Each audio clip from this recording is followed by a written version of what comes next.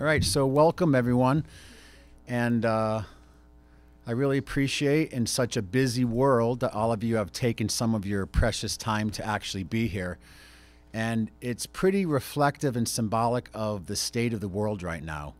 You know, we're all really busy, just running our lives, having quality of life. So again, thank you for being here. My name is Michael DiMartino, and I am the producer of Golden Road TV and radio show.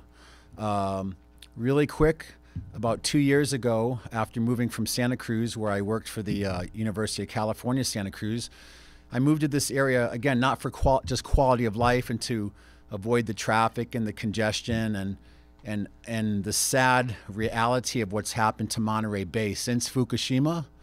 I moved up here to actually head to higher ground and find a safer and more sane place to live that had a sense of community.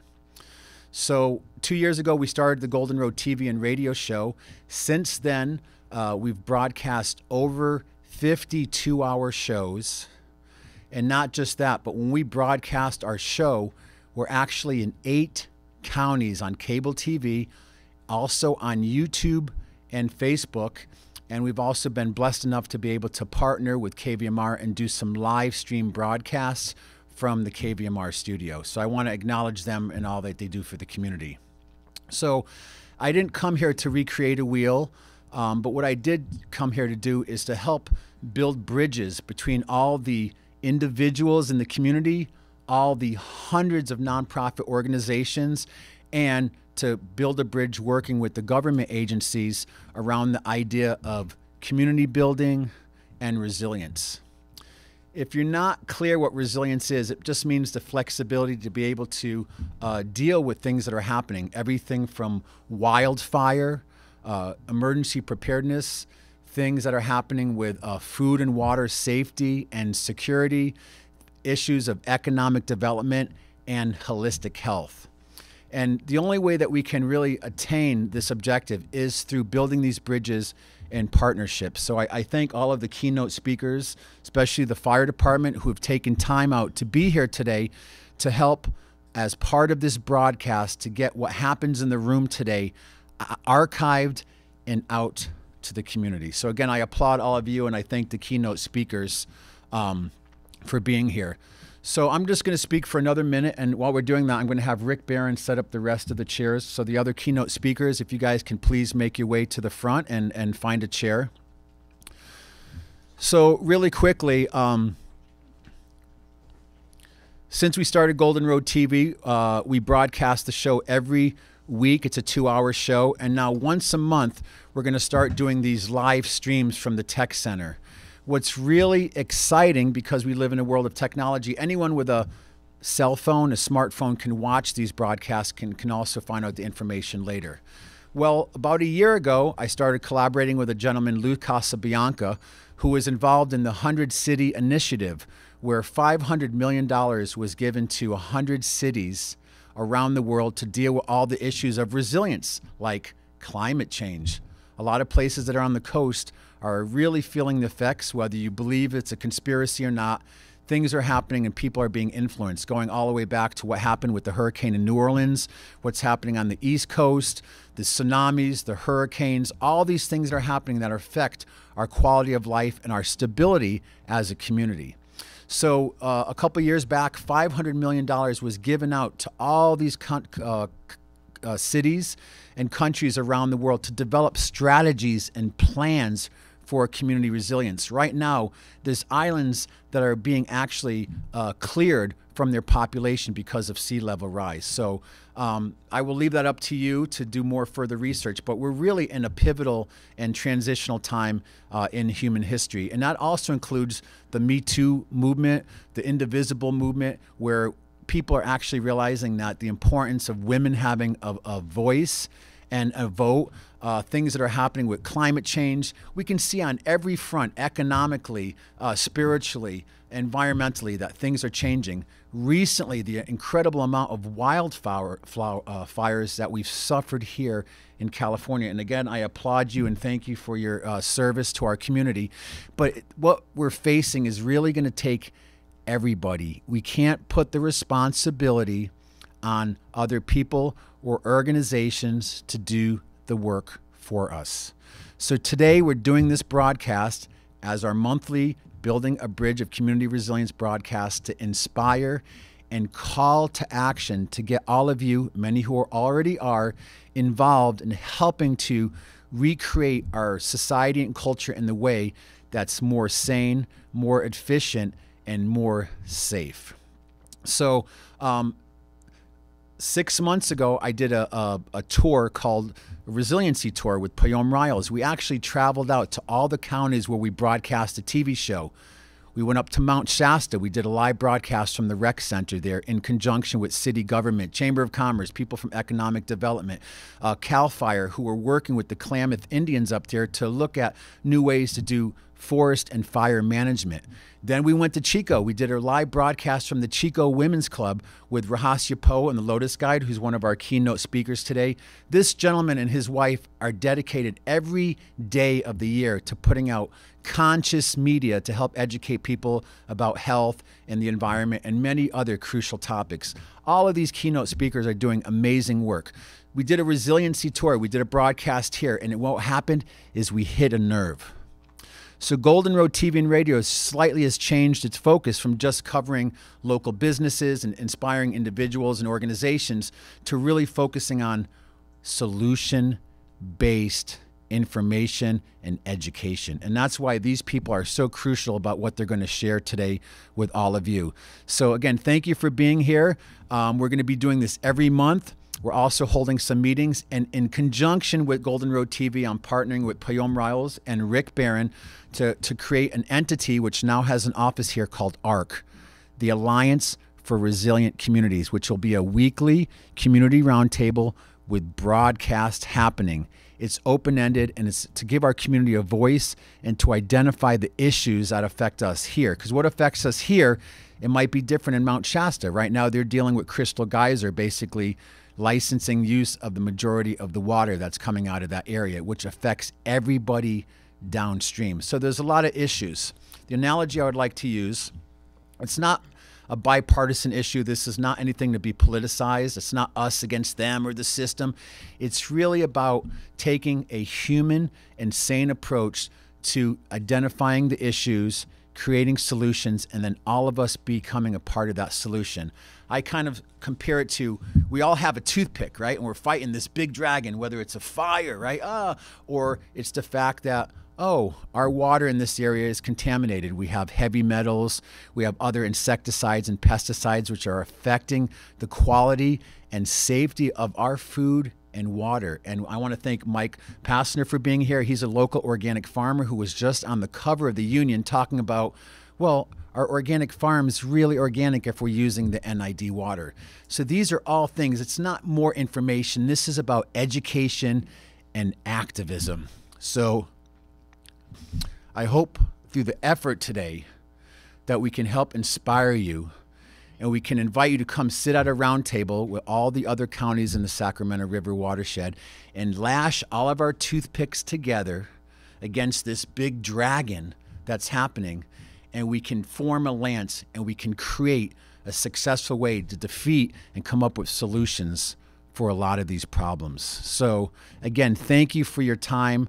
And on that, I'm going to introduce Payom Riles. Payom Riles has been collaborating with Golden Road TV and Radio for the last 6 months.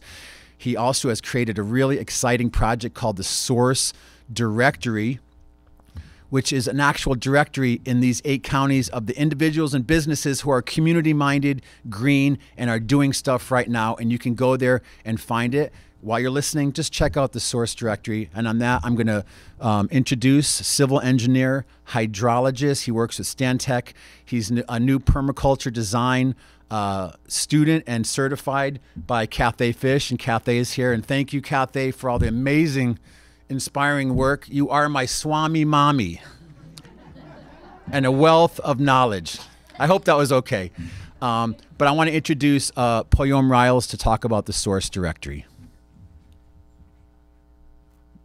Hello, everybody. Thanks for coming.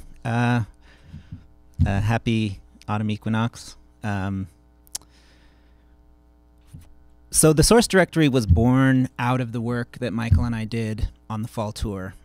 In the process of planning that tour, we were having a meeting and we were sitting down talking about all these people, and we said, all these people are doing this amazing work. We want people to be able to find them. How do people find, these organizations that some that we were just learning about? Then we said, we should put them all in a directory, and that was kind of the beginning of the idea. And so we did it. Once the tour was done, we figured out how to do it, and we did it, and it's up, and you can go there, you can go sign up. We focused the directory regionally because we really wanted to use it as a tool to really highlight the people in our region, our watershed, that are working to make it a better place, essentially. More resilient, more sustainable, more regenerative. Call it what you want. But if there are people working to actively make their communities stronger, keep their food and water safe and healthy, prepare for emergencies, whatever they're doing, helping children, right? So we want to promote those people. And that's a lot of what the mission of ARC is as well. The Alliance for Resilient Communities. We want to promote people who are doing good, and also share things that are working in our communities and in other communities. So people can say, we have this issue going on. We're really scared about, all the Roundup in our food. What are we going to do? Well, wait, look, this person over here actually made a difference. Maybe we can do that too, right? So that was sort of the idea behind it. What we need from you is for you to go to the source directory, sign up. When you sign up, put some information in your little about blurb. What are you doing? Or even if you're not doing it now, what would you be interested in doing that would be supporting your community? And then the other thing that we would ask you to do is give us feedback. Is there something that you could see about the directory that could actually help make it work better? Is there something you'd like to see as part of the directory that you don't see there now? This is not, we don't have a big organization behind us putting this together. So we need as much help as possible in getting this thing to be effective and functional, and to really try to get it to be a resource and a tool that we can use to sort of highlight the strengths and benefits of our watershed and to keep our watershed healthy and clean. I think that's about it. So I'm going to introduce you to Rick. He's also part of the Alliance for Resilient Communities, Rick Barron, and we're so glad that he's come on to support us in this because he has a wealth of knowledge and experience that is really useful. So thanks, Rick. Thank you. So as Poyam said, I'm the volunteer project manager, and I stepped on board to help put this public event together for the community. And during the course of this, I've had a lot of people ask me, what exactly is, ARC? What does it stand for, and what does resiliency mean? Well, Alliance for Resilient Communities. Alliance is a merging of efforts of interest by persons, families, states, and organizations. That's us. Resilience is the power or the ability to return to the original form after being forced, pushed out of shape. And based on what's happening with some of our political systems and some of our local agencies, I would say everything is pretty bent right now, out of shape. And then the community is a social group, any size, whose members reside in a specific area and have common cultural and heritage background. So as we've been speaking, we are trying to pull this community together and offer this platform, and that's really what ARC is kind of to bridge the gap between all these different groups. To be resilient, we must all work together as one unified community, really. And so when we get bent out of shape, we can bounce back into position as a unified group. And there's so many different groups working on so many different issues that everything is becoming, a bit watered down. The effectiveness of these groups is really in jeopardy because everybody's passionate is the good news, but there are so many different groups operating on so many different levels. It's kind of like this town opening up 10 breweries at once, and I keep wondering, how are we going to support all these breweries? But if we all pull together as a group And we deal with each one of the agencies and each one of the subgroups issue together, and we accomplish a single win for the people. I hear people all the time, they're just disenchanted and they feel like there's nothing they can do.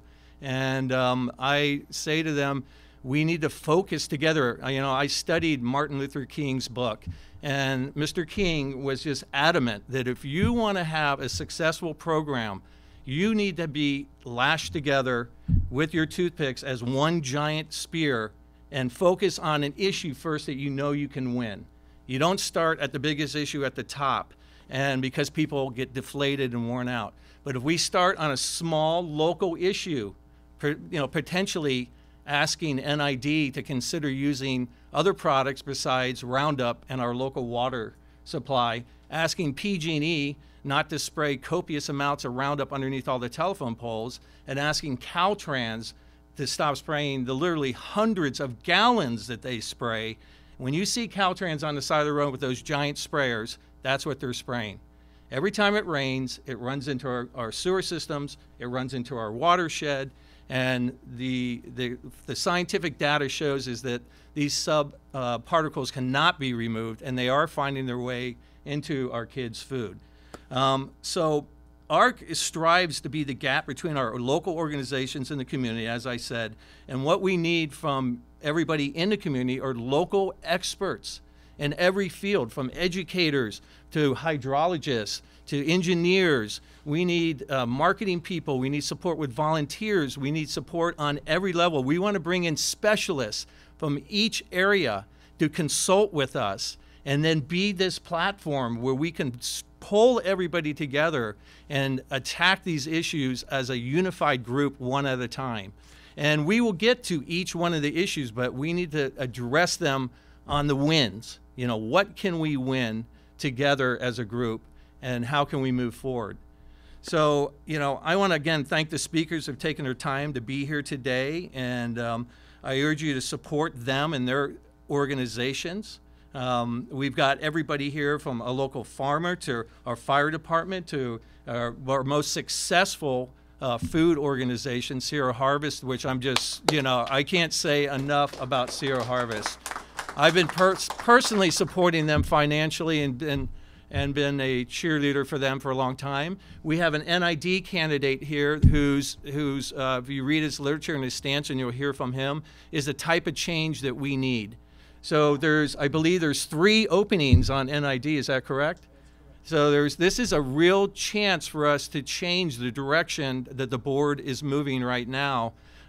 Whether you're for or against them, I think it's time for some new blood in there, and for them to at least respond to the general public on what we feel is proper to use with our tax dollars. I believe that the dam is now up at $11 million in cost, and it seems to be just moving forward. I'll let Bruce speak more to that. But again, I want to thank you guys all for being here. Consider supporting ARC to help us put this organization together so we can support this platform. And again, you can visit our website. And if you're a specialist in one of these areas, we'd love to hear from you afterwards. And so without any further ado, Michael, you can come up and introduce our first speaker. Great. And that's going to be Nathan. Thank you, Rick Barron. Nice round of applause. And I want to commend Rick. We actually just, we've been drumming together for years. We just started talking about, kind of going beneath the surface of our connection a few months ago. And he's absolutely gotten ignited and inspired and actually stepped in and has put a lot of time and effort into this. So we're doing this to help inspire all of you to even do what you're doing now, but let's all do it through a connected directory, through a conscious effort, through these monthly roundtables and broadcasts so we can archive it and get this out to the community, because a lot of people couldn't be here today. And I'm really excited later because Kathleen Halal is on her way from Non-Toxic Communities, who has actually worked with several communities in California to actually get Roundup out of the community. So she'll be here in a little bit talking about it. So we already have some victories and hope. So without any further ado, resilience means emergency preparedness. It means food and water security. It means economic development. Of course, we live in an arts and culture district. So we're going to talk a little bit about the emergency preparedness piece relating to fire. We also have Graham Noyes, who's here talking about alternative fuels. And then we're going to get really into the thick of the conversation and the keynotes regarding food and water safety. But on that note, I want to introduce our first keynote speaker. He does a lot to protect us, Nathan Menth. Good morning. First of all, Ark, thank you for the opportunity to speak today. Michael, thank you. Rick, appreciate your help. So today, the resilience that was mentioned, we need to focus on the emergency preparedness, and it is very easy to look at a fire engine and say, what can they do, and what do they do? And absolutely, we strive to assist the public with that. However, for emergency preparedness, it actually starts as the civilian, the homeowners, myself off duty. So I've got a couple of things that I want to cover today. The emergency preparedness factor in relation to wildland fire. When we talk about threats to the community, one of our target hazard areas is the community as a whole in relation to wildfire. We have a very dense population that's mixed with wildland-urban interface. And what that is if you picture the coastal with the ocean right up against the coastline, that's the boundary set. In the intermix, in the interface, there is no boundary that's set. We're plugged throughout the community with parcels, property, beautiful properties. And to do our part as fire suppression personnel, educating the public is actually a huge factor to that.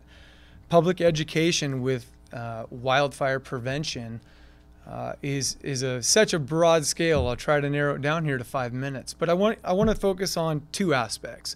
There's a direct approach that the public can take, and then there's the indirect approach. First, I'm going to talk about the direct approach.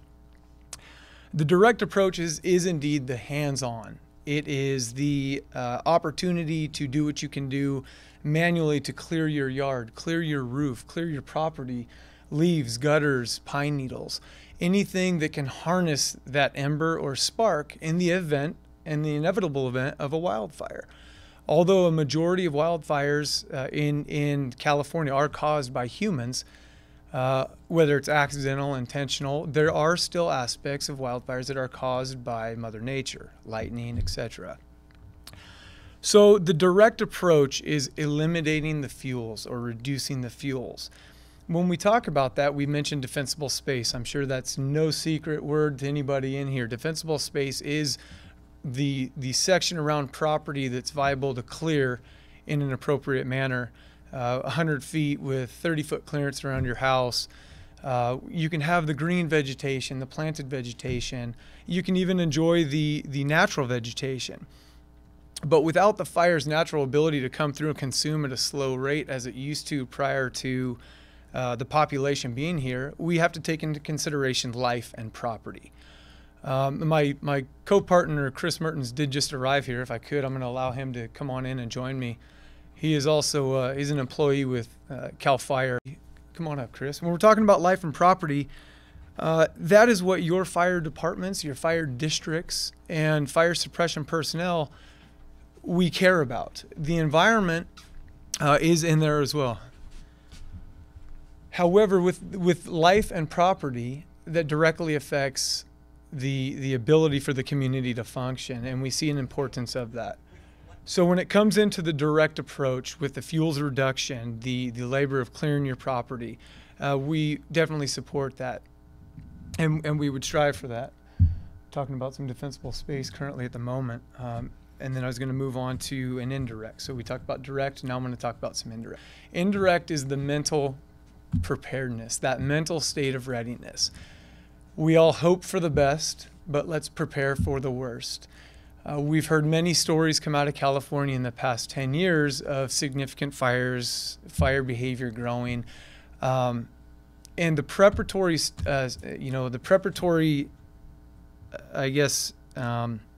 mannerisms that we can take to avoid that or be mentally prepared for it.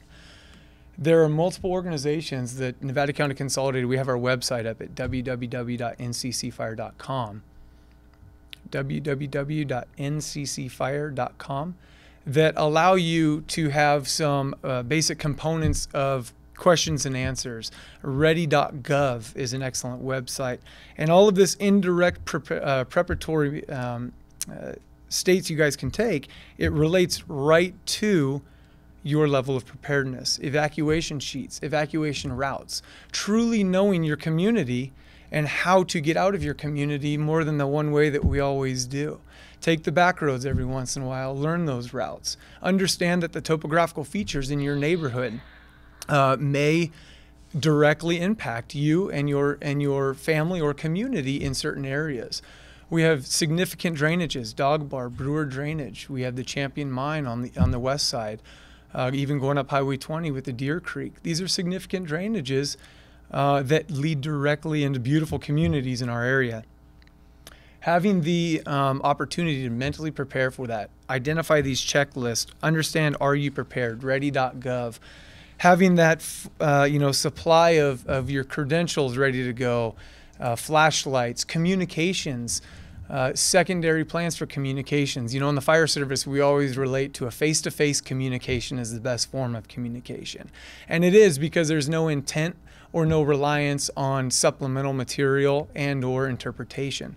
So we rely on you guys to have a system in place to talk to your families, to check in with loved ones, and to acknowledge or to relay to them that you have been successful in the event of an evacuation. Like I said, we could spend hours and hours upon talking about this. And one last thing I do want to talk about is what we have done to assist you to prepare. Now, I've mentioned the websites and I've mentioned the list and the evacuation list. However, as the population grows, typically the fire department personnel running up and down the streets in the middle of the night with their sirens on isn't as effective as it used to be due to that urban sprawl, like I talked about, that wildland-urban interface. So one thing that Nevada County OES and partners with the Sheriff's Department, surrounding agencies, have done is go to a Code Red notification system. And for those of you who don't know what a Code Red notification system is, it is a streamlined way to get mass media out on internet, email, cell phones, telephone calls, voicemails, landlines, alerting you of evacuations. It's not only emergencies with significant incidents, but it's a possibility of a water boil situation. So it's actually a widespread, and I encourage all of the listeners and visitors here today, if you're not signed up for Code Red, please look into it. Please sign up. It is an excellent opportunity to take to get notified. You can access that through Nevada County's website, and you can just Google search Nevada County Code Red and it'll bring you right up. It's a very informative website. Nathan, is that the one where they do the star 211 to get into the directory? Star 211 is the Nevada County's and disaster response in the loop, and that is another form. Code Red is going to be a supplemental item that is driven through the Nevada County Office of OES. So I appreciate your time. Chris, I am going to allow Chris to have the floor here for a little bit and go over a couple things. As Nevada County Consolidated, we do strive in community protection. Our doors at our fire stations around the community, along with many other jurisdictions that we operate with, very close-knit. Please feel free to stop in, ask questions, get the answers to those questions. This is a situation where, in the event of a wildfire or a natural disaster or even just a large snowstorm during the winter, if you need help and 911 is dialed, you will get the resources that you need, and we are part of that. So if you have questions that we can assist with, please stop by.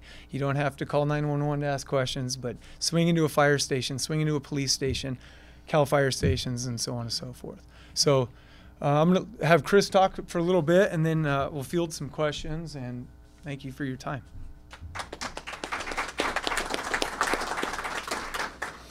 So good morning, Officer Chris Mertens, CAL FIRE Law Enforcement. So just a little bit of background, you're probably wondering, CAL FIRE has a fire suppression division and a law enforcement division. So my job is to basically enforce forest and fire laws, which is why we're all here, the big dilemma in the state right now. My jurisdiction is Nevada, Yuba, and Placer counties, so we pretty much go to any fires, we investigate. We assist with public education events like this, and then we also go to citation, enforcement, arrest on the law enforcement side. So our partners in Nevada County, whether it be consolidated or a city mutual department, we work hand in hand with 24/7 with prevention and education. And that's why we're all here today. One of the biggest things that I'm part of is I'm in charge of all of our defensible space inspectors for Nevada County, Yuba, and Placer County. They work in our shop in the Prevention Bureau. Our primary mission is for them to go out, and I don't know if anyone here has had one of our inspectors come out yet, but they basically do a defensible space inspection on your home, which is all preventative for you, the homeowners, and the community. It's free of charge. There's no charge to it. You can call any CAL FIRE station. CAL FIRE engine crews are also trained to come out and do an inspection. Everything is digital now, so they have a tablet. They come out, they spend no more than probably about 15 to 30 minutes at your house. They give a walk around, they talk to you, they give you education material. And like I said, it's free of charge. They'll be more than happy to come out any time of the year, whether it's raining or whether it's right now. Our enforcement period, what we aim for is obviously the springtime, when the fire danger is at its lowest, when we're telling people, please hit that 30-foot zone around your house, hit that 100-foot zone around your house. And our biggest message is, you can write it down, it's www. And I think there's a pamphlet which readyforwildfire.org, and we have a pamphlet in the back of the room that you can look at before you leave, which has all the information. You can put it on the website, and that basically outlines all of the prevention education programs that CAL FIRE offers, and that we work with all of our local community members. We work really tight with Nevada County OES, Placer County OES, working with them to also have their inspectors go out and do the same thing. We work with any government, whether it be Nevada Irrigation District or all the way down to the nonprofit local community group that wants help. So any event, and I don't want to step on anything Nathan's already said, but we pretty much all are working to do the same thing. Our mission is to protect the community, and we work for the community. And after this meeting, if you guys have any questions, feel free to come up to me. I can give you my name, information, business card, whatever you would like, and we can have further conversations. Thank you, guys. We know how important your work is here. Everybody recognizes that. There's no question about it, but I think it's important that we say it and acknowledge it. So thanks. Yeah, and as the coordinator, thank you. So in the event of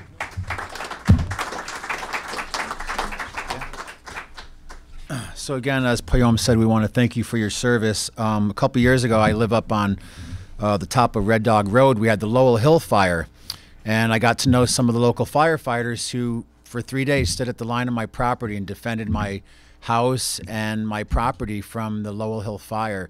And it was an amazing time of bonding. We'd bring up coffee and food, and these guys really put their life on the line for our community. So once again, thank you so much for all that you do. And under emergency preparedness, you know, we live in earthquake country. Next month, there's a huge statewide focus on earthquake preparedness. Michael Logue, who's doing audio, actually took the incentive to go online and download information about emergency prepared kits. All of this, again, we're trying to get everything on the source. Sometimes navigating all these channels can be really confusing. We're trying to get everything up on the blog and the events part of the source so people can go there and find information. But he did put together what you need to have an emergency preparedness kit. Things like water filters and flashlights and batteries. Don't wait till it happens. Do it now. So the next person I'd like to introduce, we've gotten to know each other, and I have a world of respect. He works on some amazing things. Recently, the government did some huge changes as far as emissions around vehicles and carbon emissions. And our next speaker is pretty much the head of the Low Carbon Fuels Coalition. He's also a member of our community. He's going to talk a little bit about what's happening with the quality of our air. And then I know many of you are here for the food and water safety piece. We're going to get right into that. But I want to introduce a great guy, and he spends thousands of hours doing what he does. He has the big picture, and if we're lucky, we're going to get him as one of our advisors for ARC. I want to introduce Graham Noyes.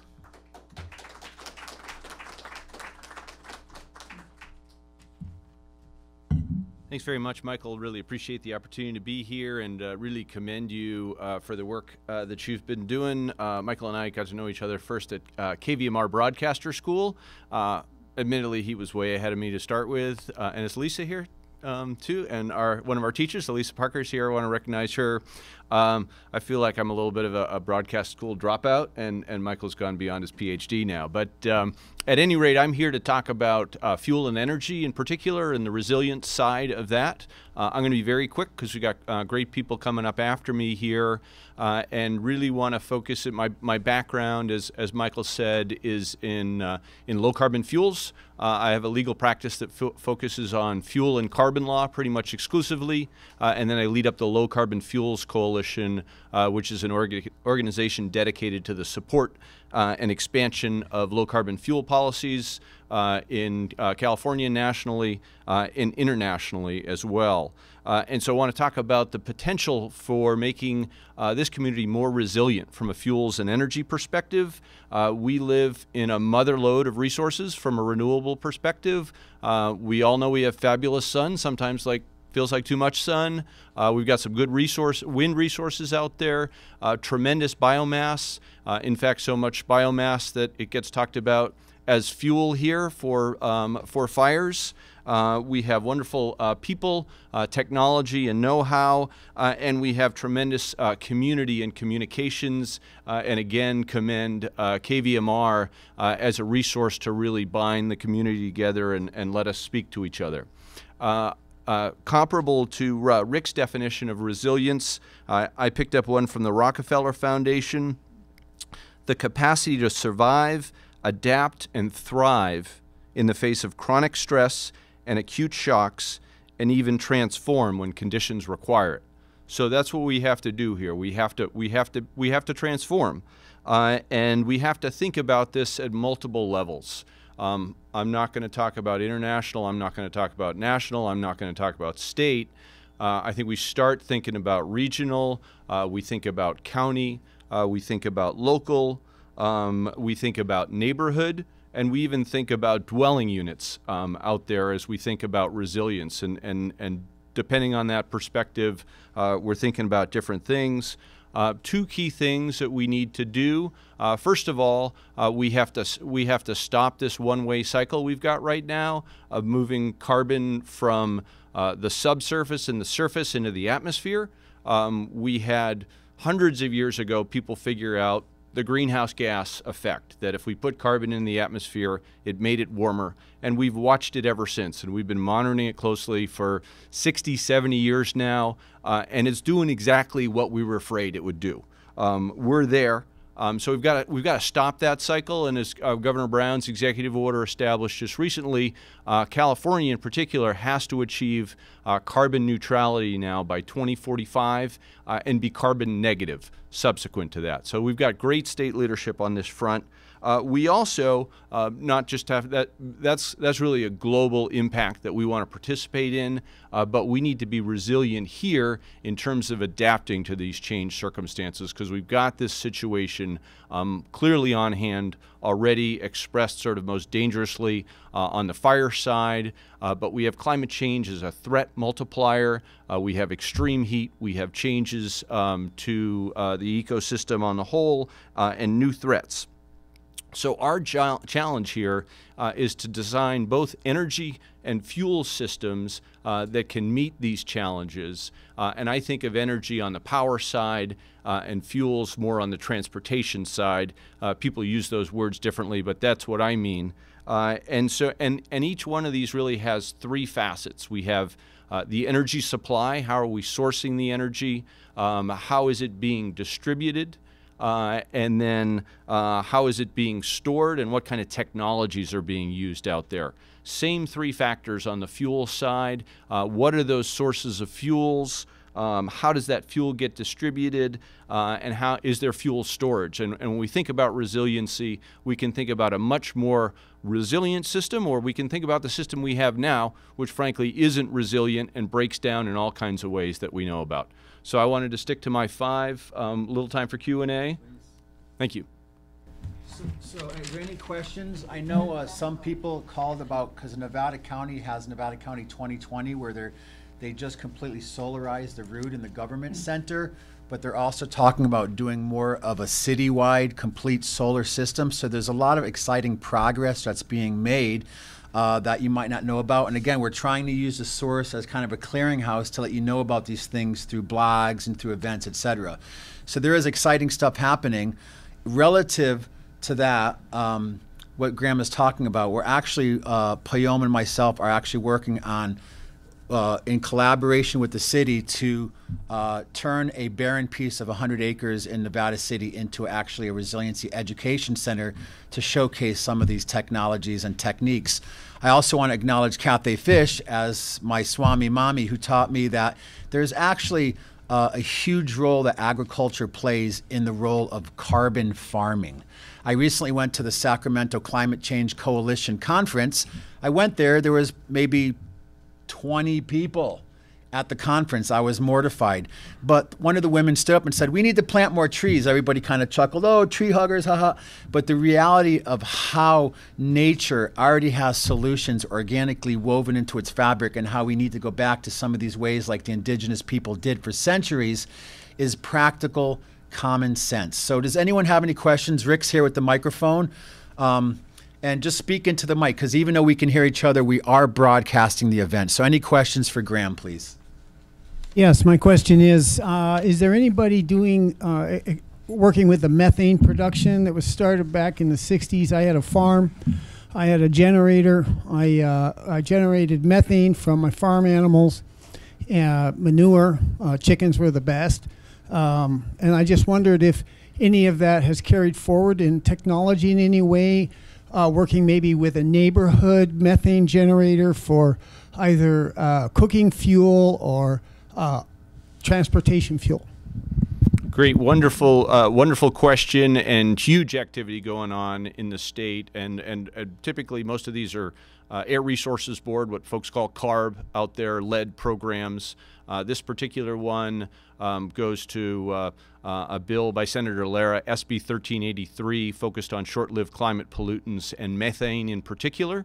And there is extensive work on looking for ways to capture methane, which, people talk about methane bad. Well, methane's pretty much natural gas. So if you can actually take that methane and get it to a purity level of natural gas, and then use it in as a resource, either as an energy resource, as a fuel resource, you have taken a short-lived climate pollutant, changed its chemistry, turned it into a power source, and you've done fabulous things for the environment. Most of my work actually focus on a program called the Low Carbon Fuel Standard, and they do carbon intensity pathways for different types of fuel. The lowest carbon intensity pathways, typical carbon intensity of gasoline and diesel is about 100 grams of CO2 per megajoule. We see conventional ethanol about a 20% reduction. Advanced ethanol and biodiesels are 70 or 80% reduction. Dairy methane coming off of cow manure is literally a negative 270. Negative carbon intensity, because it's taking that methane and using it. And there's tremendous value in the Low Carbon Fuel Standard program for credits that come off of that. So, fabulous idea to figure out how to take that methane, instead of releasing into the atmosphere as a short-lived climate pollutant, make it into a vehicle's fuel or an energy source, and look for ways to monetize that greenhouse gas reduction so it carries the project better from a cost standpoint. With the sort of scaling of graphene and how that's starting to infiltrate into the solar and electrical transportation problems that we have. I'm sorry, the scaling of graphene. I'm not. You're not familiar Okay. with it? Based on that, we're kind of running tight on time. We need to get rolling on. So let's all give a big round of applause. And it's really for this reason that I'm going to be holding space every Wednesday here at the building from 6:30 to 8 to do community roundtables to identify these issues with these monthly public forums and broadcasts. So it's not just a one-off today. So again, thank you, Graham, for all the amazing work you do. You can already see just in the few panelists we've had here, we have the wealth of knowledge and solutions and information here. We just need to organize, share the information, and like Rick was saying, tie all our toothpicks together, make a lance, and be able to defeat these things that are assaulting our quality of life in our community here and throughout the Sacramento River watershed. So the next person, we're really happy he could be here. He's kind of a local hero because of what he does, but now he's a legend. He was on the front of the Union newspaper because he actually took the risk to come out into the light and say, hey, I'm an organic farmer. I own Indian Springs Organic Farm. And you know what? I'm concerned because I use water from NID, and we know that the water has some huge issues. And again, I do want to say, I'm not here to politicize any issue or it's us against them. It really takes solution-based approach of building bridges, how we can collaborate as individuals and community members with nonprofits and with local government. And you're going to hear from a little bit from Bruce, who's running for NID, but I do want to introduce a local hero of mine. He brought a lot to the surface. He really hit a nerve. Michael Passner from Indian Springs Organic Farm.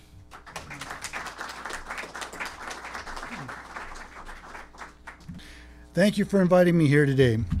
I'm Mike Pasner, Indian Springs Organic Farm. I've been farming organically in Penn Valley for 32 years. We've been using NID water the whole time. I'm here today because I care about water quality, human health, the health of our livestock, wildlife, creeks, rivers, and for all the people. We're fortunate to have NID. They're providing agricultural water down in the lower country from the mountains, and they do a good job of it. My goal is to help NID reduce herbicide use, both terrestrial on the berms and banks and aquatic herbicides applied directly to our ditches. NID Vegetation Management Plan states fire, snakes, skunks, and mountain lions as problems, and we can handle these problems. Why should everyone be concerned about herbicides in and near their water? NID uses the chemicals Cutrine, Nautique, and Captan, all copper-based herbicides dripped directly into their irrigation ditch system through boxes on the banks. Arnold Schwarzenegger's 2008 Environmental Protection Agency studied the effects of elemental copper in water. They concluded that 1,300 parts per billion of copper is harmful to human beings. NID puts that number at 2,500.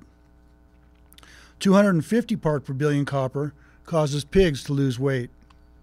Just 25 parts per billion can be detrimental to sheep. Wildlife is even more sensitive. The terrestrial chemical NID applies is Roundup, active ingredient glyphosate. 2 years ago, the World Health Organization declared glyphosate was a probable carcinogen.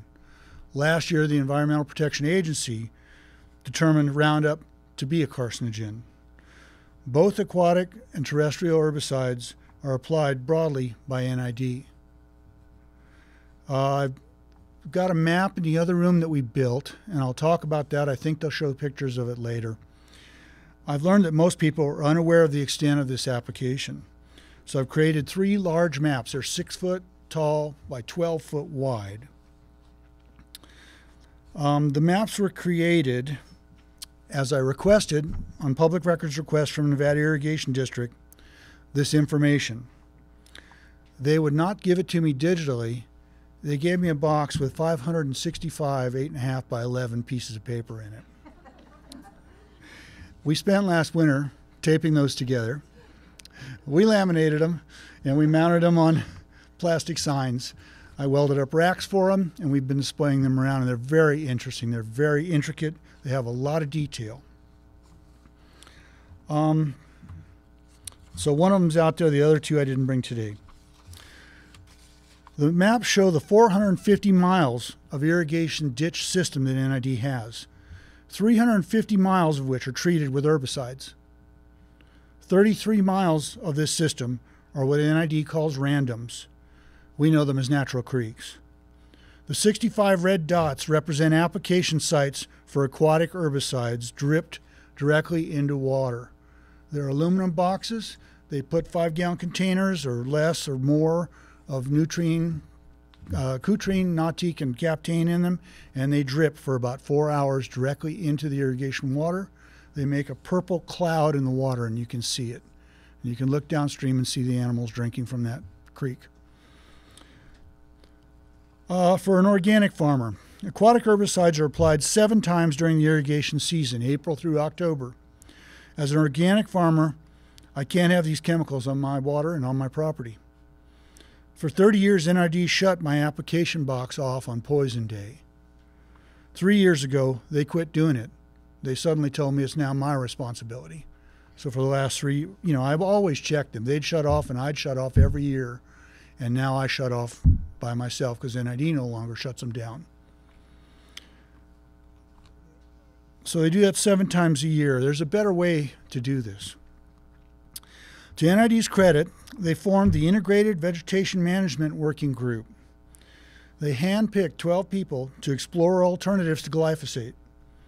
This group should be open to everyone, especially stakeholders, people that have a stake in this, the farmers who want to participate. They know so much about how to use this water, how to keep these ditches flowing, and NID doesn't seem to utilize that very well at all. They should, but are not at this time, including aquatic herbicides. They're only studying Monsanto's glyphosate because it's probably going to be jerked as a possible use fairly soon. The copper is going to prove similar in effect to the glyphosate. This group does not operate in transparency. This has been a problem with NID for quite a while, and it's still a problem. The alternatives. They also refuse to consider what I call the most effective and economical alternative to the use of herbicides, which is cleaning using these small excavators. They'll run excavators down these ditches once a year before the season starts, clean out any debris, get the rocks out. If they did that one time a year and then as necessary through the rest of the year, back grading with these little excavators, cleaning out any green that was a problem, any places of algae buildup, they could eliminate a huge amount of these aquatic and terrestrial herbicides with these little excavators. It's a much better method. On the maps, which you can't see right now, I included the proposed crap dam. The project is a resurrection of the 1920s dam proposal named the Parker Dam. 3 years ago, Rem Scherzenegger, general manager of NID, renamed the proposed project the Crap Dam Centennial Reservoir and Power. This is a $1 billion plus proposal that makes no sense, economically or for storage value. It would only fill occasionally. The cost would be put on the backs of us, the ratepayers and the taxpayers. The best method for convincing NID to change is to elect Bruce Herring, right there, to Division 2 and Laura Peters to Division 4. Ricky Heck is already elected because nobody ran against her. We need to bring NID into the 21st century. We need to usher in science-based, transparent decision-making. The old guard has outlived its usefulness for NID. Please vote on November 6th. This is NID's most important election to ensure the long-term health of our community. For more information, I've got a website, safeditches.com. Thank you very much. I have one quick question. I know, and then you're next. My daughter got type 1 diabetes, contracted that in 2009 when she was 8 years old. And our androcologist down in Sacramento wants to know what is going on in Nevada County. His practice runs from Elk Grove all the way to Reno. He has 1,400 patients. The man is run ragged, and he told me that this county has the highest level of type 1 diabetes from Elk Grove all the way to Reno, and he basically said, what is going on up there? Now, we know that heavy metals will trigger the gene in type 1 diabetes, so the copper that they use is not just at trace levels, they're using it at what level, and what is it classified as? Elemental copper is, yes, some of these is part of the components they put directly into the water. I can't really tell you the levels that are in the chemical. They're very high when they first put them in. There are many people who are interested in monitoring these chemicals, and I can't address that right now due to legal concerns. There are other chemicals, though, I too. will say this. A couple days ago, we met with David Howland, who's a water scientist. We did a 18-minute interview with him, who's actually been testing the water. We have all the science. Again, the source directory, Golden Road TV, there's video there for some of the questions you might be asking that we can't answer.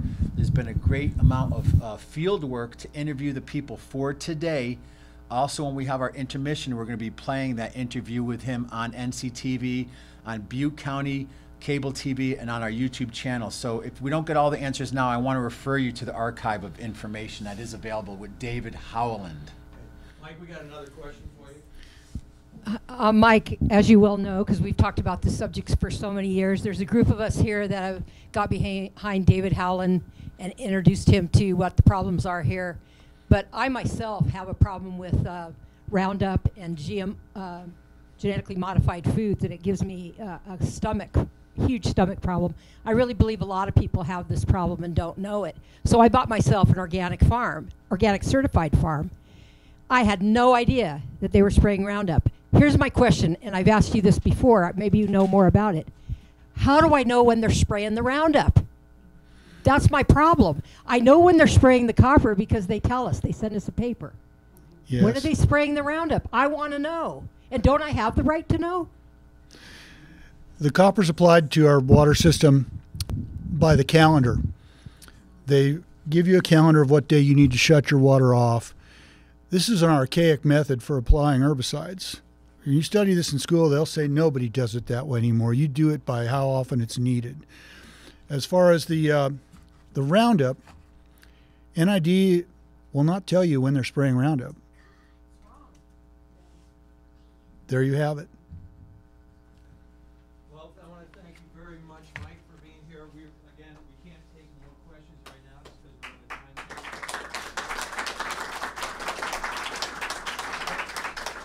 we're Mike's going to be here. You know, we all spend so much time talking, checking emails, looking at Facebook, Instagram, YouTube. And the thing is, it's excuse my French, it's asses and elbows time, right? Information is out there. Anybody can get online and find it. We're showcasing it here today, but we're trying to inspire you to become an active part of what's happening. And I just want to peek your head in, Kathleen. Come on in. We want to give you a chair. I just want to introduce really quick from the Guild in Sacramento. She's not going to speak yet, but they just arrived. She just flew up from LA to be part of this event. Jessica Denning from the Guild in Sacramento. And over there, raise your hand, Kathleen Halal from Non-Toxic Communities, who helped ban Roundup in Irvine County.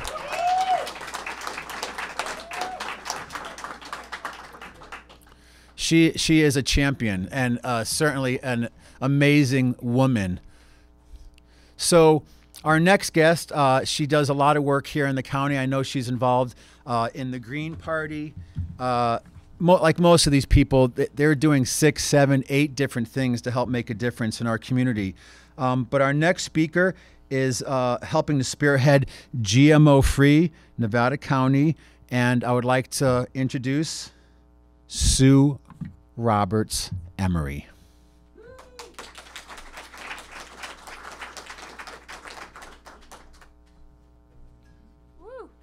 It's an exciting time to be alive, I'm telling you. There's a huge paradigm shift coming, and it's great to be in this room because this is what we need. We need solutions. It's pretty grim out there.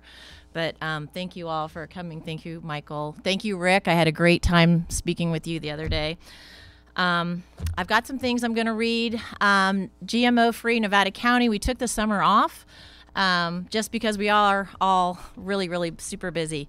My friend Carmen is here. I'm an activist, as is Carmen, and she's going to be holding up some signs for the TV hosts and the audience to enjoy. So this is what we do. GMO-free Nevada County is a grassroots organization trying to get genetically modified food out of our county, not to be able to grow it. We have grass coming in. GMO grass is on the way. So we have golf courses in our county. we really have to protect our borders. This is not to put any burdens on farmers, but it's to protect them. We all heard about Percy in Canada years ago. The GMO came into and infected his crops, and he was being sued by Monsanto. So we want to protect our own borders and not allow GMOs in Nevada County. Right now, there's 13,734 square miles of GMO-free growing zone in the state of California, which doesn't seem like much, but it's by miles. It's not acres. Nevada County will add 974 square miles to that GMO-free California. So that's what we're trying to do. We have 6 counties so far that have banned GMOs. We have Humboldt, Marin, Mendocino, Santa Cruz, Sonoma, and Trinity counties. We'd love to make Nevada County the 7th county in California. So we will be probably moving through Nevada City, Grass Valley city councils, and going to the supervisors with the $289 million settlement that Dwayne Lee Johnson got the state of California when he conducted non-Hodgkin's lymphoma, working as a groundskeeper at the Benicia School District. I just got words all over the country from my friends and family when that happened. They're like, Sue, you must be so happy. I'm like, this is the tip of the iceberg. It's sad. This man would prefer to have his life as opposed to this money. And one thing I just want to say, we are in the biggest experiment in real time with GMOs in this country, and we are the lab rats. It's being perpetrated on us in real time right now. So everyone just needs to pay attention, and I'm so happy to be here. There's so much information I'm going to be telling you. So I've got some fun facts. I'm going to throw those out. If you would like to know more about the GMO-free Nevada County, Nicole Ragland is out in the front area. Please give us your names, your email, and she will contact you when we have our next meeting. We really hope to overwhelm the city councils and the supervisors of this county to get GMO, to get glyphosate out of this county. It's being sprayed at the schools. We really need to stand up. So I'll get more into that when I get into my activism. GMO. Genetically modified organism. It also stands for glyphosate modified organism when we're talking about plants. I learned this from Terry Verrain, who was a nematode specialist. He worked in the industry for 30 years, and he was taught in school that these little tiny little worms were bad for the soil, that they were eating the roots of the plants, and that we did not want these nematodes. So nematodes are the most numerous multi-cellular animals on Earth. In one handful of soil, there's thousands of these nematodes. So there's a difference between soil and dirt. Dirt is inorganic. It's not alive. You can grow GM crops in dirt. Wow, because there's no nutrients in that. Soil, to be an organic, a permaculture, real farmer, you need soil. And you need the rhizomes in the soil. You need synchronicity between the sun, the air, the water. It all is going to go into our bodies. Food is medicine, and that's huge. That's something we don't think about that often, but everything we put into our bodies matters, whether it's a Dorito. You shouldn't do that, but you do. Every once in a while you do. There's 650 million liters of Roundup are sprayed every year in the U.S. 1 drop of Roundup on your skin will show up in your urine within 30 minutes. 1 drop. Plants are sprayed with Roundup when they're harvested, i.e. Crops are sprayed. Wheat, barley, corn, soy. It helps to dry the crop in a quicker time. So time is money. It all comes down to the money. And I'm going to bring back this around to the money. You always want to follow the money because Monsanto has their hands deep in our congressmen's pockets. So your politics matter. There's 160 crops that are sprayed with Roundup before they're harvested. And then they're instantly going into your cereal and breads and food. To get a little tiny bit of the science, I'm not going to get too much into the science because there's so much other things I really want to talk about. 1 part per trillion, that's trillion with a TR, of glyphosate causes cell division. Nevada County has a very high rate of breast cancer. We all know that cancer is cell division. 1 part per trillion of glyphosate causes cell division. 22 parts per billion of glyphosate is showing up in our wines, even our organic wines. Infamil, soy-based infant formula, has 170 parts per billion. So that's a lot lower than that 1 trillion that's causing the cell division. But our infants are drinking it. Cheerios, 1,120 parts per billion in Cheerios. So for many families, that's the first food that their kids eat. Glyphosate is an epigenetic chromosome disruptor. And what that means, by the 3rd generation, our chromosomes have been changed so much that it's really affecting our guts and our biomes. So I have a direct, it interferes with the normal development of the fetus, humans and animals. I work a lot with horses. I'm an equine massage therapist. I am seeing more horses on GastroGuard and ulcer protection because their intestines are so inflamed. I've been a horse person my entire life. I've never seen this before, except for the last 10 years. Horses are dying of colic. It's rampant. My niece is married to a sod farmer. Her husband is 2nd generation sod farmer. So when my niece had her daughter, she was born with her intestines outside of her body. I put this directly to glyphosate, and he was told that it's safe. He was told as a sod farmer that that's safe. It's not safe. So now they're living with that. Luckily, Raina, my niece, is healthy as she can be, and she's born and she's very normal. But to have young parents go through that, my niece was terrified. She didn't know what to do with this child that had to go to a surgery 3 hours after it was born. Parkinson's is on the rise. Roundup is linked to neurological diseases, including ADHD and Alzheimer's. My father-in-law just passed away just last week of Lewy body's Parkinson's, which combines the Alzheimer's with the Parkinson's. He was a veteran, and the country of Vietnam is currently getting together a lawsuit to sue Monsanto because of Agent Orange. So we really should be suing our government for allowing it to be done, but right now they're going after Monsanto. There's a rise in autism. There's a 0.99 correlation rate of autism with the amount of Roundup. There was a study done by Nancy Swanson. She is an amazing woman. She worked for the Navy. She's a physicist for the Navy. She has 6 patents to her name. She worked up at Western Washington University. She did a 20-year study which mapped the use of Roundup over 20 years and the use of and the increase in autism, and it matched a coefficient of 1 is causation. So this is 0.99%. Also senile dementia rates at a 0.99%. So that's pretty close to being proof right there. The World Health Organization, Mike mentioned this, I think it was Mike, determined that glyphosate was a probable carcinogen in 2015. Our own EPA determined that in 1985. And it was under pressure from Monsanto, they reversed their decision in 1991.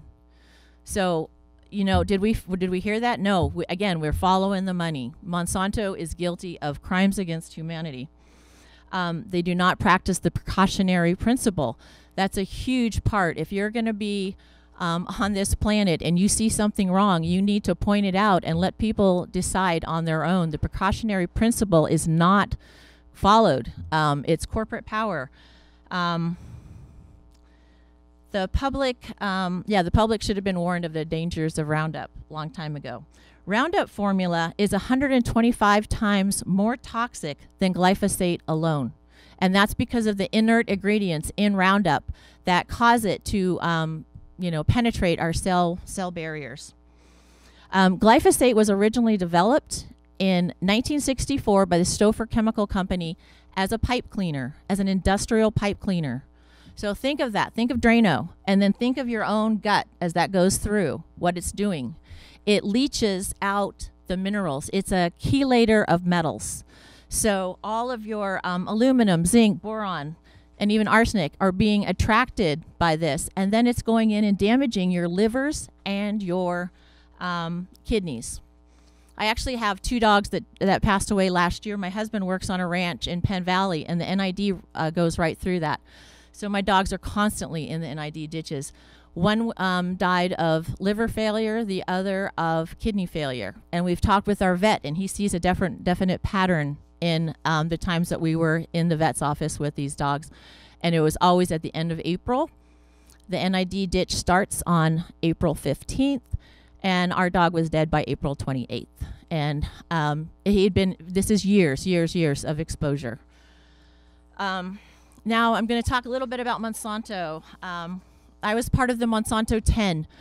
2017, we shut down Monsanto, and there were 10 arrests, and a lot of them from this county. So, you know what? Before I get into the Monsanto, and again, following the money, this is a quick story about our politics. In 2010, my husband ran as a third-party candidate going for Tom McClintock's seat. We got a private talk with Governor Brown at the time, and it was a high dollar event. So we wanted to talk about state-owned banks. He would not talk about it. But later on in the room, all the people are there, and he was happy to tell us what he learned from his first time as governor to his second time as governor. The first time as governor, someone mentioned face-to-face contact. It was the fire department. It's better to do things face-to-face. Governor Brown's first 2 times as governor, he would go face-to-face and talk to the politicians about vote yes on SB 562 or vote no on SB 562. So he would directly talk to them. That what he learned his second time around, he didn't go to them. He went to Big Ag. He went to, and he told us this in the middle of a fundraiser. He goes to Big Ag, Big Oil, Big Pharma. He went to whoever owned said politician and asked them to release, and I'm using air quotes because these are his words, to release so it's such and such a senator to vote yes or no. So we do have a puppet government right now, and I just really encourage everybody to get out there and have their voices heard because, again, follow the money. So Monsanto 10, May 2017, the Woodland Seed Facility is one of the largest biotech facilities in the world. It's in our backyard in Woodland, California. It used to be in Davis, and they got so much flack with the university there because the students were uprising against it. They moved it to the farming community of Woodland, and it's on Highway 16 right now. So last year, 10 of us were arrested, and we're sure it was because Bayer was taking over the company. They didn't want this kind of publicity for PR reasons. After 10 months of going to trial, our charges were finally dropped. One of our strong activists, Andy Cohn, passed away during the trial period. He was very sick. It just made us stronger altogether. So on October 15th, in Woodland, California, is the next shutdown of Monsanto. We need community members. We need families. We need parents. We need farmers. We need people supporting the Driscoll strawberry boycott. We need everybody there. You don't have to put your body on the line. It's hard to be an activist. It really is. It's very hard. But it's also empowering. When you look to your neighbors and see your friends and family standing with you, it's very, very empowering.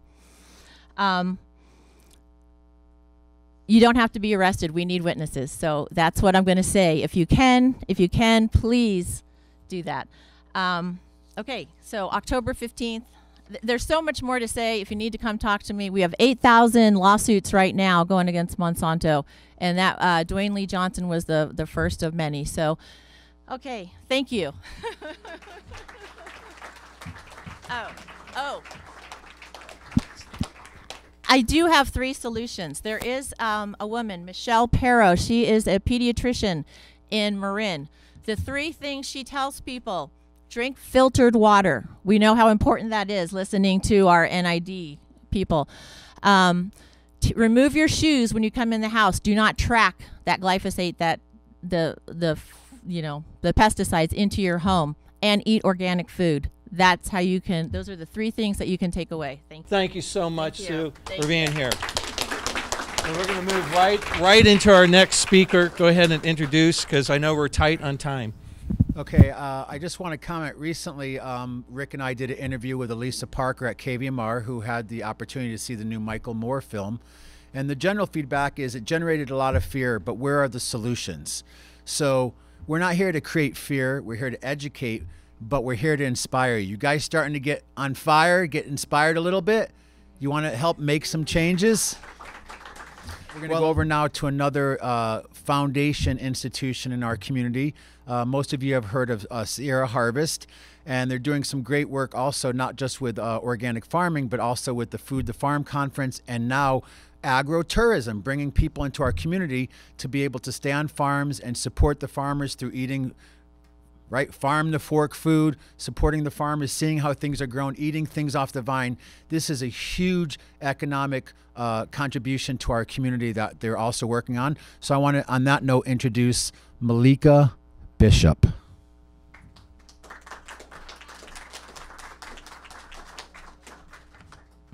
Thank you for having me. I'm Malika Bishop, co-director of Sierra Harvest.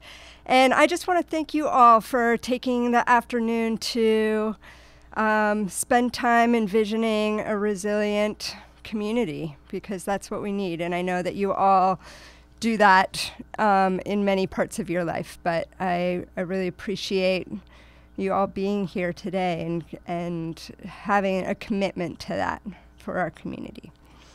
I got into this work because both my grandmothers were farmers, and 2 of my grandparents were activists, freedom riders during the civil rights movement, anti-nuclear activists. And so through that, I knew that I wanted to do something to make the world a better place. And for me, that has always come back to food.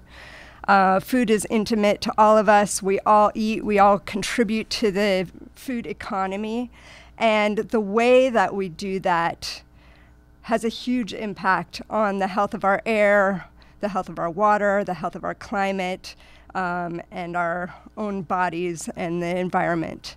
And, you know, so much of resilience to me comes back to rekindling our connection with the natural world. Because if we are really connected to the natural environment around us, we will find that resilience in our community on all fronts. And that is particularly true with our food.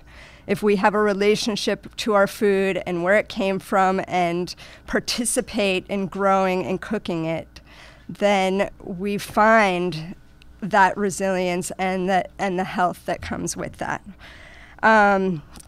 Sierra Harvest educates, inspires, and connects Nevada County families to fresh, local food, seasonal food. We've been around for about 10 years.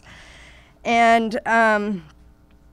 you know, to me, the first piece of having a resilient food community and food supply comes back to our farmers. We produce about, if you're very generous and assume that all the food that's produced in Nevada County stays here, we produce less than 5% of the food that we eat here in Nevada County. And if our food supply were to be cut off today, the grocery stores would have 3 to 5 days of food for us to eat. And so that's not a pretty picture when it comes to the resilience of our food supply. After 3 to 5 days, we would be left with what's in our gardens, what's on our ranches, what's in our pantries, and then our knowledge of wild foods and what grows around us. And so we need to reconnect ourselves to those things so that we can become a resilient community.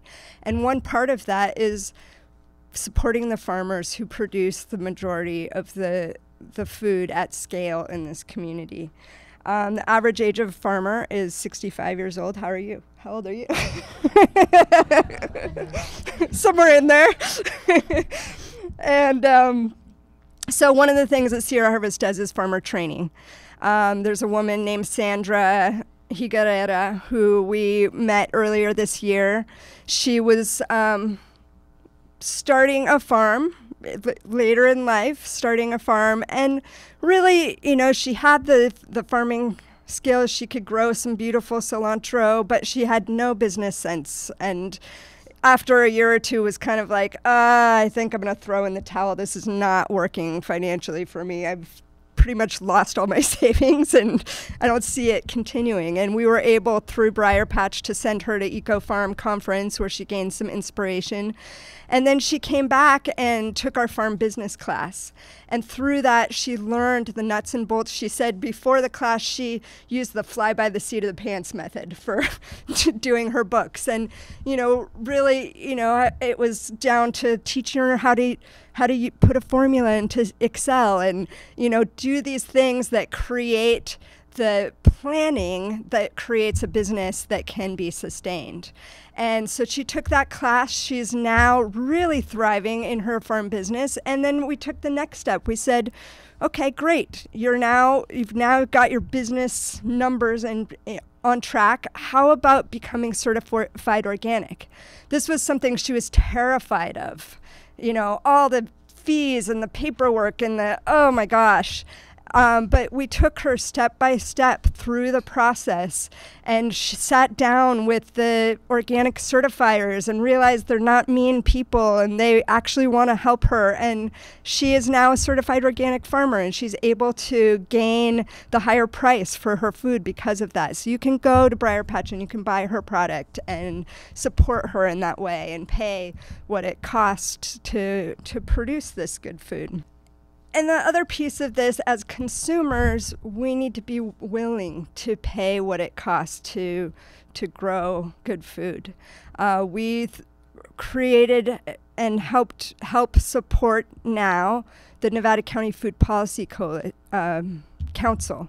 And that's a group of 40 food and farming related businesses and nonprofits and farms and ranches. And together we did what Rick was talking about of like, what is it that we could do, you know, we could all rally behind around this food and farming issue.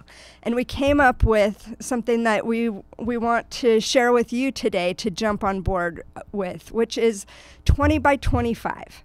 If we could, as a community, consume 20% of our food locally, 20% of our food be wholesome food, which to us means local, community-based, and ecologically produced.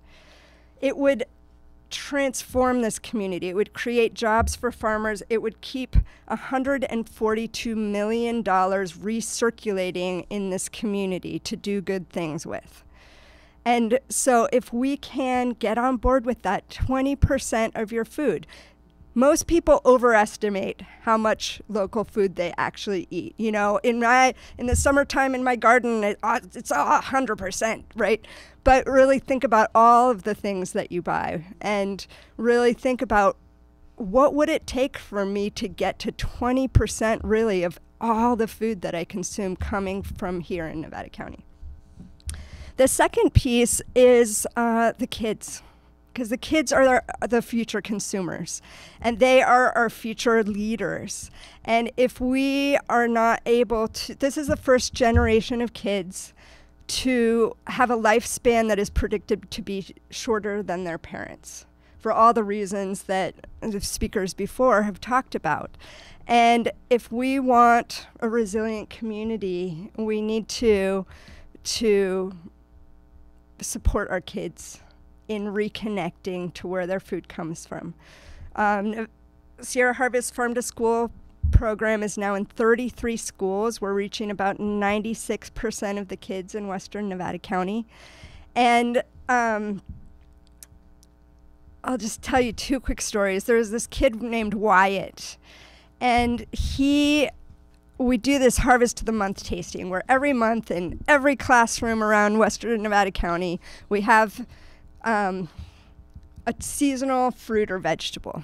This past month, it was ground cherries. So they get to open the little package of the ground cherry and taste this thing that they may have not tried before and see if they like it. And, you know, then they're dragging their parents to the farmer's market. Let's go buy those from Starbright Acres Farm because I know that they're really good. They're in Safeway being like, I love bell peppers. Let's try that, getting their parents on board.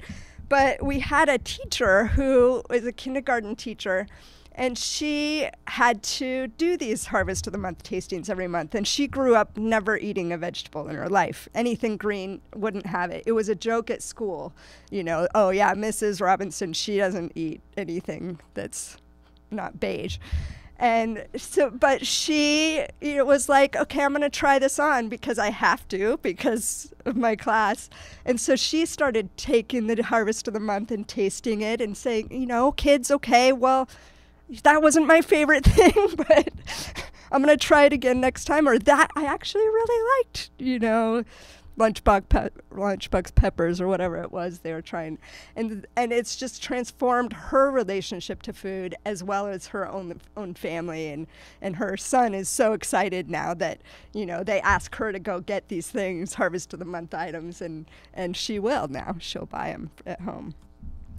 The third piece, and I guess I wanted to just loop back to the 20 by 25. So we're talking about 20% wholesome food by 2025. If we could get our community to eat 20% of our food from Nevada County, local and sustainably grown foods by 2025. The biggest objections I get to that are I don't have the time and I don't have the money. And I guess what I have to say is that when you create the time, you don't have to have the money. Right? When you create the time to grow your own food, when you create the time to cook your own food, it costs a lot less. And you are relating now to the deliciousness of the food economy. You're having that connection to nature that brings you strength and peace and all of these things that we're actually seeking in our lives. And so when we can slow down and spend that time, it pays off in so many ways. And I always say, in terms of our health, you're going to pay for it now. You can pay for your food now, or you can pay for it later in healthcare costs, right? So you might as well pay for it now. And then the third piece I just want to touch on is community access. Food security is about access to the good food for everyone. And we cannot have a community that is resilient without including every single person in that and the people who don't have the means to get it. And so one of the things that we do at Sierra Harvest is we build gardens. So that we've now built 70 gardens around Western Nevada County, and we stay with people for 2 years to help them through the learning curve of growing their own food. And I just wanted to read a quote from someone who said, we've lived in our house for 4 years. We tried for 2 years to grow something in the garden area we had. Nothing grew or would die soon after planting. We rarely ate fresh produce because of a limited income. And then Sierra Harvest came and helped me understand about sustainability and composting and the need for healthy soil. And now she's got this abundance of food that she's able to share with her neighbors. And this is what we get all the time. And she says she feels successful. And it's good both for her physical health and her mental well-being. And that's what it's about. It's not just about saving the world, but we feel better, and it affects, and the ripples are great. So thank you all so much, and we'll talk more. Okay, well, we've been talking about change and what we can do, and we have an immediate opportunity to make some changes coming up this November. So there's 3 seats open at NID. Is that right, Bruce? Yeah, 3 seats open. That could potentially sway the whole decision-making board at NID and their whole philosophy. So the next gentleman, Bruce Herring, is running for District 2. And please give a warm applause for Bruce. Come on up. Thank you. Sorry it's running. And real quickly, I know it's running long, everybody. There's food out there, but be patient because these are important issues and everybody's passionate. Okay, so I've been following water issues for 40 years. Ever since when I was a young man, I was a whitewater rafting guide, and I learned a lot about dams from the river's perspective. So the dam proposal caught my eye and made me stand up and pay attention. So I began attending NID board and committee meetings, and for the last year and a half, I've been doing so. So water managers face some unprecedented challenges. That's true, and we should not by any means, sugarcoat that. Due to climate change, the Sierra snowpack is already shrinking. Every year is so variable that we don't know, each year is different, right? But the long-term forecast, which of course could change easily, is that the total amount of precipitation will remain basically the same, but fall more as rain. There's also greater regulatory pressures from the state and federal government for a number of reasons, partly because of 9/11 and partly because of the Oroville Dam debacle. But so NID's one-size-fits-all solution to this, just looking straight ahead, they have one solution, and that's to build a 270-foot dam on the Bear River between Rollins and Combie reservoirs. It's already a very overworked river. It's unclear, as Michael said, whether or not the reservoir would even fill more than half the years. So what they're not paying attention to, and what myself and the other 2 candidates who were trying to move us forward instead of standing still, is a whole slew of alternatives. So what I'd like to do today is just run through what these alternatives are. I think it's well within our grasp to pursue these alternatives, and I think it could be much less costly. I mean, not only is there a huge financial cost to building Centennial Reservoir, it's approximately $500 to $600 million project. If you include financing, it could easily be $1 billion. But there are also huge cultural, human, and environmental costs. There are Nisenan burial sites along the Bear River. The Colfax-Todd Consolidated Tribe, which is alive and well in the Colfax area and up by Forest Hill, actually continues to do rituals and gather plants and herbs in the Bear River Canyon, and that would be an immense loss for them. Also, there's a number of people who would be facing eminent domain because they're going to refuse to move. That would be an immense loss to them. The Bear River is also a viable wildlife corridor. So I'm just going to run down a handful of alternatives. And to me, a basket full of alternatives makes a lot more sense.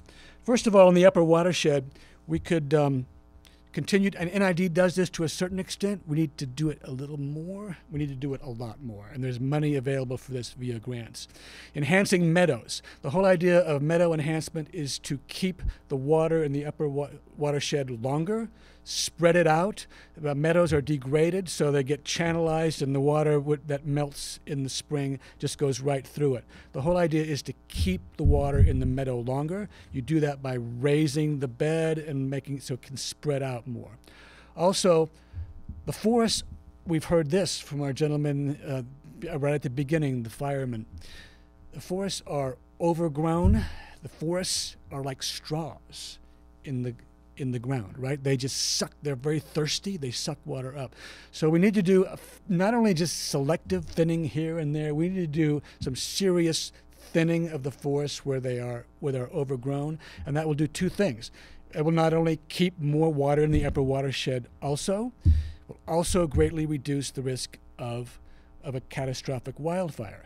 And of course, that has effects on water quality and this whole story as well. Because if there is a catastrophic wildfire in the upper Yuba or Bear River watershed, it will do immense damage on the existing reservoirs, which we really need to continue to operate properly. They would be clogged with debris. The screens where the diversions are out of the reservoirs would be clogged with debris, and they would fill with sediment during the next rain. So, and that's a whole nother way we can do this, is reducing sedimentation in the existing reservoirs. NID does this a little bit. Their budget for that is $500,000 a year. We could equally make that about $10 million a year and really do some damage. Help. They don't even know how much supply they're losing in their existing reservoirs due to this increase in silting up of the reservoirs. That's just what we can do in the upper watershed. There's also leaks in the system. There's a huge backlog of deferred maintenance. There's inefficient operations, such as selling water by the miner's inch. We could do much better on a budget-based, a water use system, selling water by how much you actually use. Several more things that have been used much more in the last 30 years that we can keep going on are, of course, efficient toilets, shower heads, greater use of gray water, greater use of rainwater catchment, and why don't we have permeable asphalt so that the water can just soak into the ground a little more. Long-term things such as, and this is already happening to a certain extent, I know for a fact, in Santa Monica and San Francisco.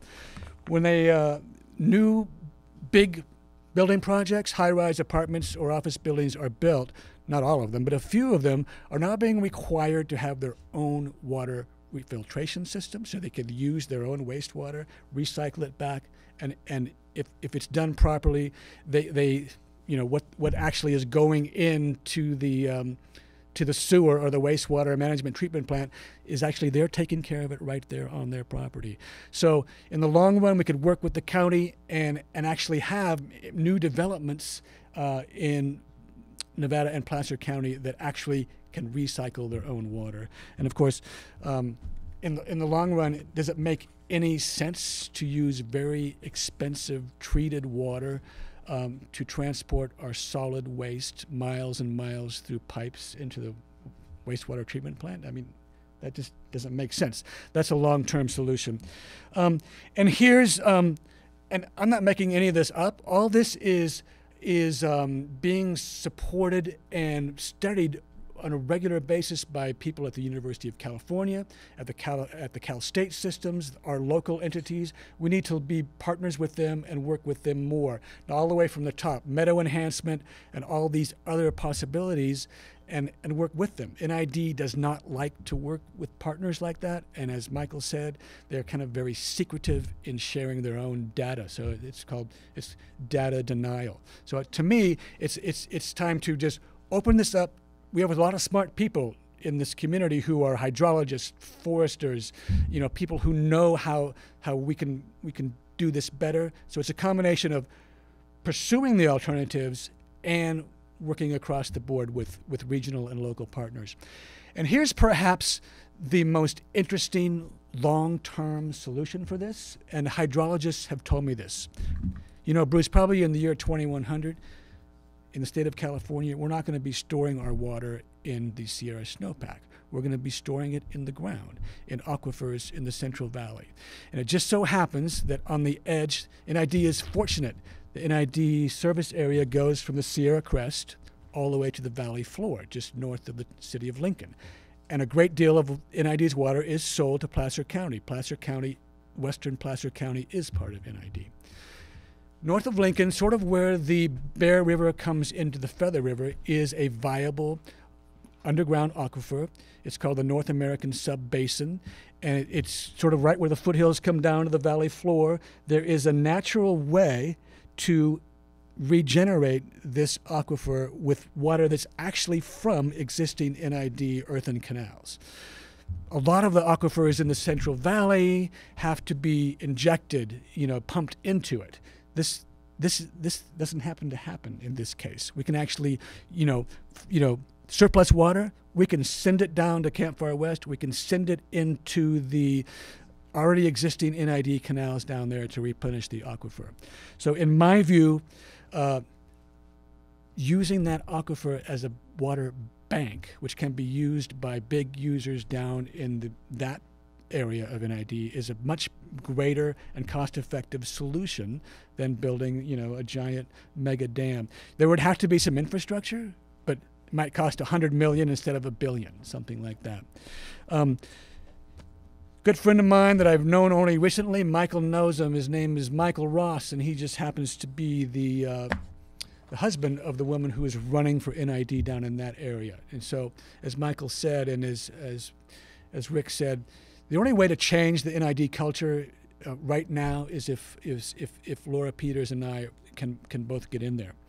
Here's what Michael says. He's a civil engineer, has been working for water riches for a long time. Here's how you deal with stormwater and precipitation, which is the same. The 6 S's: slow it, spread it, sieve it, sink it, save it, and share it. And those 6 S's are captured in all the basic alternatives I just mentioned. And these are just a handful of them. There's so many things that we haven't thought of. Think about, we're talking about 80 years from now to the year 2100. 80 years ago, think how much different it was here and in the nation as a whole. So there's solutions here that we haven't even remotely thought of, that in the next 20, 30 years, these young people sitting in the back of the room and our children are going to have new data, new knowledge, working together. There could be other great solutions to keeping more water in the system than building a dam as well.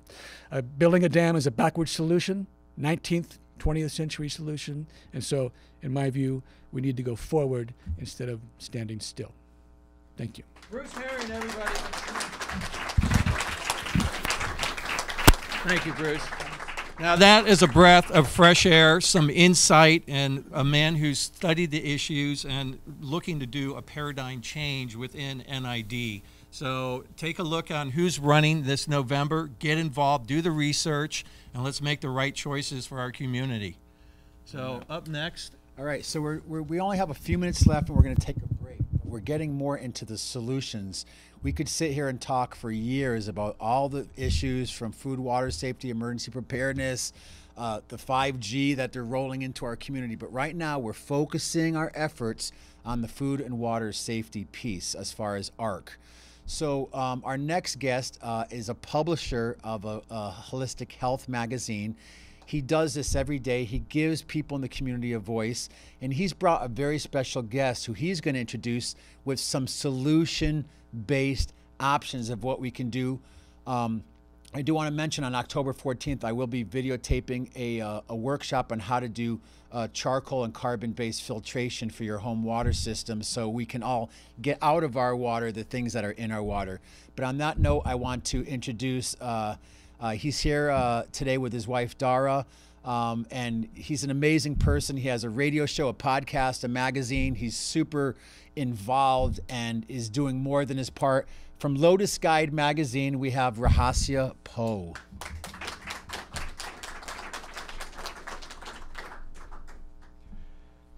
Okay, I'm going to make this pretty quick. Michael asked me here to talk to you about independent media, its importance, what its function is.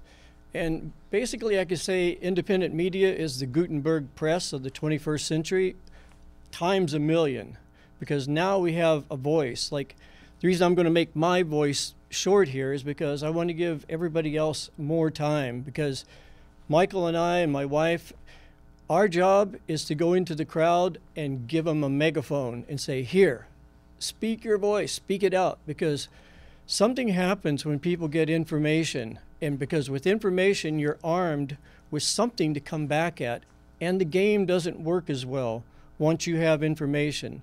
And it works the same way as if I was going to tell you a joke, it would be really funny if you don't know the punchline. But if you know the punchline, it's not funny anymore. The joke doesn't work. Their game doesn't work. if we know what's going on behind the scenes. Our last issue was about social media and the platforms like Facebook and Twitter, how they have it totally, the algorithms, everything, the software is generated to evoke a dopamine response from you. And kid you not, these people are much smarter than we are. They're much more driven, and they get up very early. If this was their meeting, there would be like 1,000 people here because they are driven.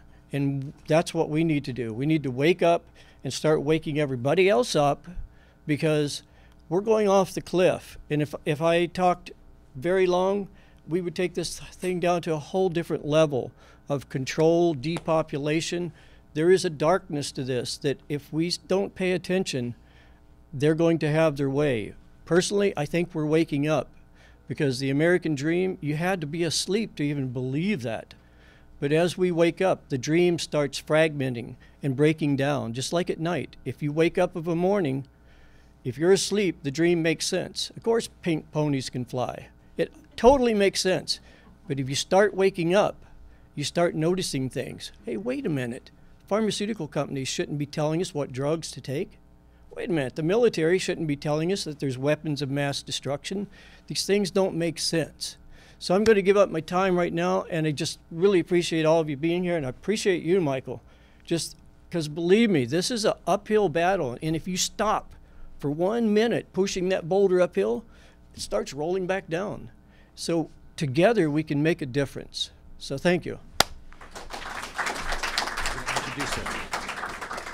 I want to show you a picture. I have some pictures of my breakfast here.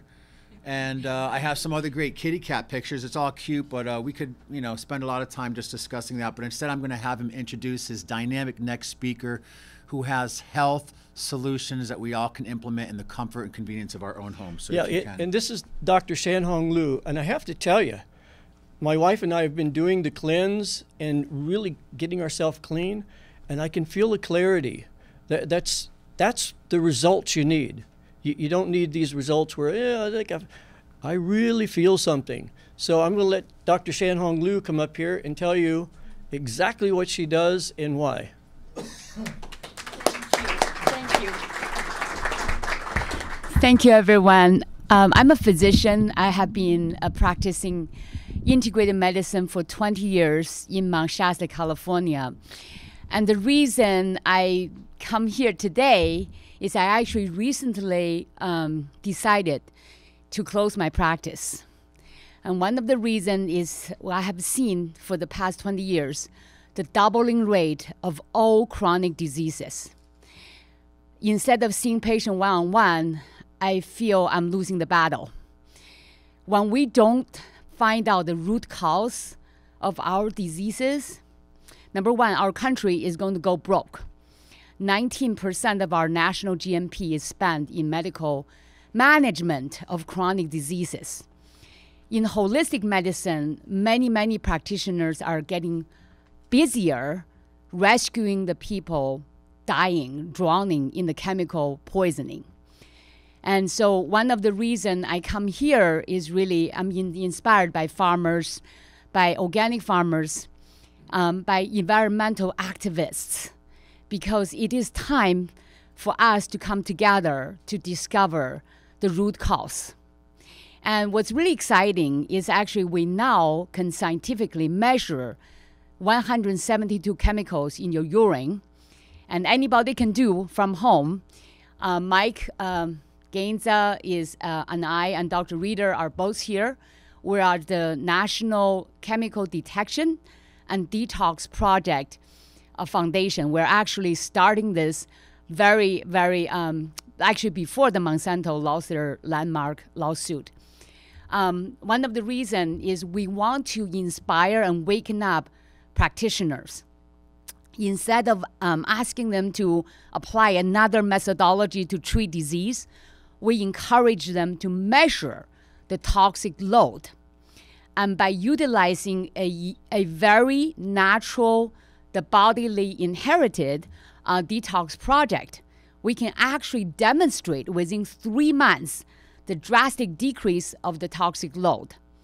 At the same time, we'll be having data that we can collect in each regions and promote organic neighborhood. And I know how hard it is, right? We have to invite hardware store owners in our next meeting and teach them the alternatives to control weed. Because many people are unaware the danger of glyphosate and Roundup. And it is time, because Roundup, like Sue said, it has 2 patents. One of them is a metal chelator, and I have a mineral scan. In the past 5 years, everybody's minerals are deficient, right? So why is that? Because Roundup now is saturating on Earth. And so that's one of the things we really need to detect them, and then we need to detoxify them at home. One of the detox program is actually just 2 things: mostly alkaline plant-based diet with a supportive supplement with a main ingredient of calcium D-glucarate. And with these 2 simple things, we actually can see the drastic decrease, not only in the chemical load, but also in the symptoms of chemical toxicity. And in our organization, we gave people a symptom checklist. We encourage their physician to order the test, and then we do it in 3 months. So our vision is in 1 year, we're going to have 10,000 people with the before-after data. And this is the first time we can actually demonstrate the direct connection of human illness and chemical toxicity. And this way we can actually help people to realize the food can be poison and the food can also heal you. So thank you so much for being here, and I hope that is clear enough. Thank you. Could you just answer a few questions if people want? Oh, yes. Yeah, yes. Any questions regarding? So what I want to do is I really want to invite everyone to, come and stay for the community roundtable, because I need help. We all need help to have this project done, and one person cannot do it. So. Can we sign up to get on your project? That would be amazing. Yes. So I like to invite Mike and Dr. Reeder. We have a Facebook page now. It's called the National Chemical Detection and Detoxification. So you can join our Facebook page. I will give you my cell phone number. My cell phone number is 530-925-0565. And that is my direct line. You can text me and I can get you connected. I need help also from small communities, a game changer mom. I think moms are really changing the world. And also, so we can talk about the project. How can we get rid of chemicals in our community?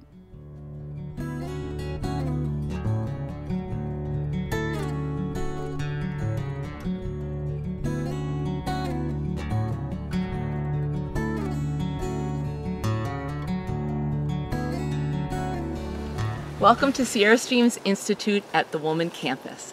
I'm Joanne Heald, Executive Director. And here we are in my office. The focus of our work is mainly on the Deer Creek and Bear River watersheds. And the thing that's really unique about us is that we do citizen science. We involve citizens in our community in everything that we do. And we do that because we really want the citizens to be empowered and educated so that they can make change using scientific knowledge. Hi, I'm Marianne Krushka. I've been on the board of Sierra Streams and Friends of Deer Creek for 20 plus years.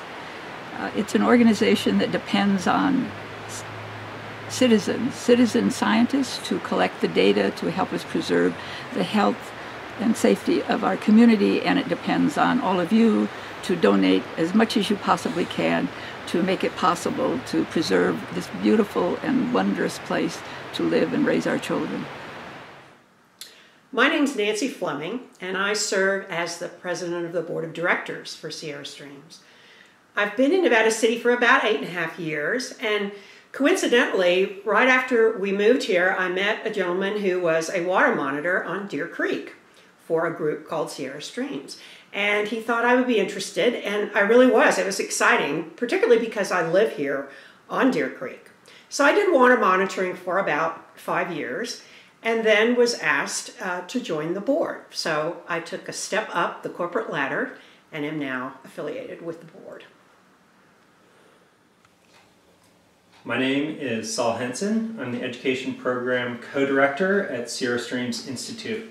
Here at Sierra Streams Institute, we have a number of different programs, including research, restoration, and education. Our education program was created to capitalize on the research and restoration projects that are happening at Sierra Streams Institute. So we're getting volunteers out, we're collecting water quality data, we're doing restoration projects, removing invasive species and planting natives, and we want to get students in Nevada County involved in those projects. So what are we finding with all this data? Well, we're finding that there is a decline in salmon spawning habitat. And so we are out there trying to improve that habitat so we can increase those reds and increase the population of salmon. We're finding that we have contaminants in our soils, in our waterways, in our organisms due to historic mining. And so what are we doing about that? Well, we're out there, we are restoring the land, we're removing the contaminants, and we're allowing these spaces to be used again as more healthy habitat for the organisms and for human beings as trails and parks. We also have had fires and destruction of habitat, and we're finding that. And so we're out there also improving that habitat. And as Joanne mentioned previously, it is the special aspect of Sierra Streams that we have citizen science engagement. This is what enables us to do the work that we have been doing, and we will need to have continued support and continued help for the future. There are a number of ways you can support us. The first is joining programs. The second, you can become a monitor, a citizen science participant. Of course, you can donate any amount of time and also money. And all of this is very valuable and will help us move forward. So please go to our website or call us and find out more about how you can be involved and you help continue this really important and valuable work in our community. Thank you.